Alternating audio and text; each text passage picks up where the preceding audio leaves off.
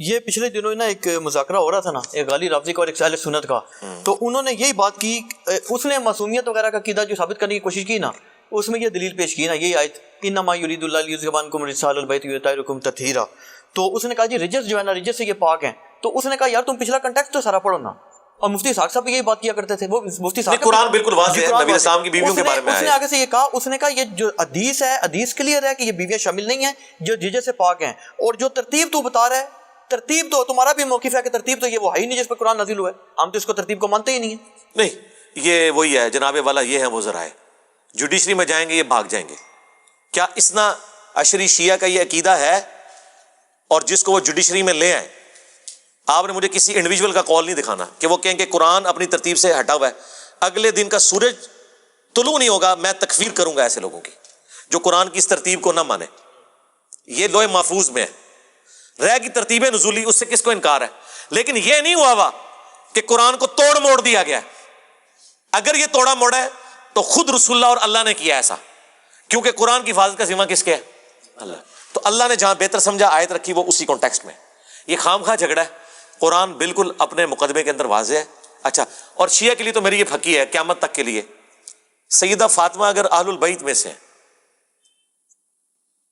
تو سیدہ ختیجہ کیا اہل البیت سے خارج ہے جو ان کی ماں ہے؟ بتائیں۔ نہیں، وہ کہتے ہیں معصومیت والا عقیدہ نہیں وہ میں بعد میں آؤں گا، پہلے اہل بیت پہ آ جائیں نا۔ معصومیت والا عقیدہ تو قرآن سے ثابت کرنا پڑے گا، تو بڑے لیول کا عقیدہ ہے نا۔ نہیں، وہ رجس سے ثابت کرنا چاہتے ہیں نا، نہیں رجس پاک سے، وہ ٹھیک ہے، وہ کہتے ہیں اس میں نہیں شامل۔ اچھا یہ اگر پاک والا ہے وہ تو قرآن میں اللہ تعالیٰ نے غزوہ بدر احد کے اوپر بھی آیات نازل کی ہیں کہ ہم نے بارش نازل کی تاکہ تم سے گندگی دور کر دیں، صحابہ کرام کو کہا ہے 313 تھے وہ بھی پاک نے قرآن وچ،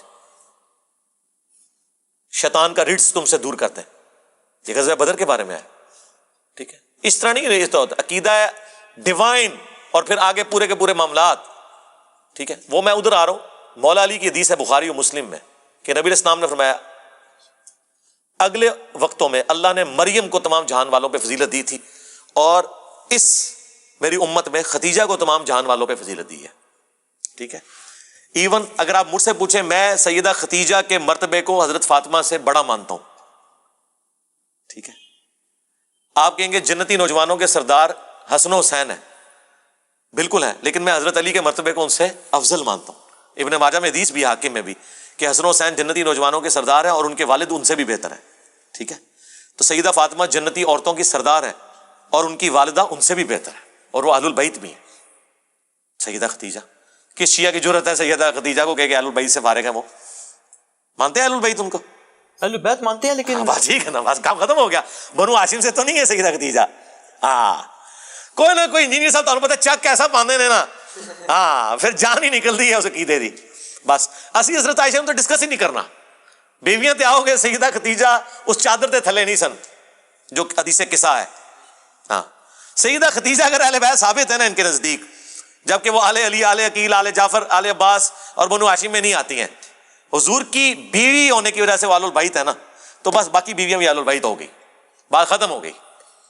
اصول ایک کھڑا کرنا ہوگا نا۔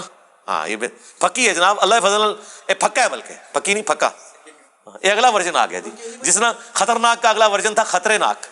ولی بھائی جو لاسٹ کویشچن کا آپ نے آنسر دیا تھا نا، اس میں ایک اور گزارش میں ذہن میں آ گئی ہے، وہ ایک بندے نے مجھے یہ بھیجی تھی تصویر نا، جو ترجمہ ہے نا، اس نے کہا تھا جی کہ اس میں جو لفظ آتے ہیں نا کہ حضرت مولا علی نے فرمایا کہ ہم اس امر خلافت میں مشورے کو اپنا حق سمجھتے تھے، تو وہ کہتا ہے یہ میں نے بعد میں جب غور کیا تو عربی میں یہ لفظ نہیں ہے مشورے کو، بلکہ اس میں یہ ہے کہ ہم اس امر خلافت کو اپنا حق سمجھتے تھے۔ اچھا، اگر اپنا حق سمجھتے تھے، ایک منٹ سرکار، ایک منٹ، اگر وہ اپنا حق سمجھتے تھے تو پھر صلح کیوں کر لی اور بیعت کیوں کر لی؟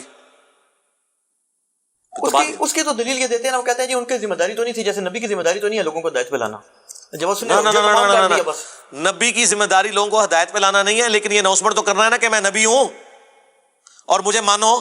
حضرت علی نے کب خلفائے ثلاثہ کے زمانے میں یہ کہا ہے کہ میں اللہ کا خلیفہ ہوں، میں منصوص من اللہ ہوں، میں خلیفہ بلا فصل ہوں؟ ابو بکر کو پولیٹیکل لیڈر مانو اور باقی جو سارے معاملات ہیں وہ میں لے کے چلوں گا، دکھائیں نا۔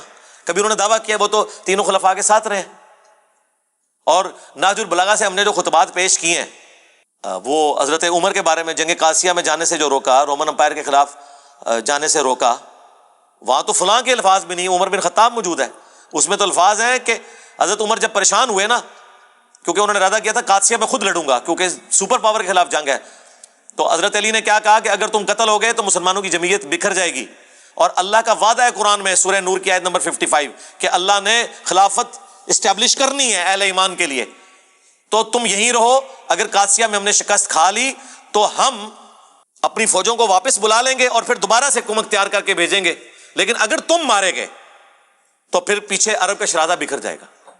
وہ تو اس لیول کی گفتگو کر رہے ہیں۔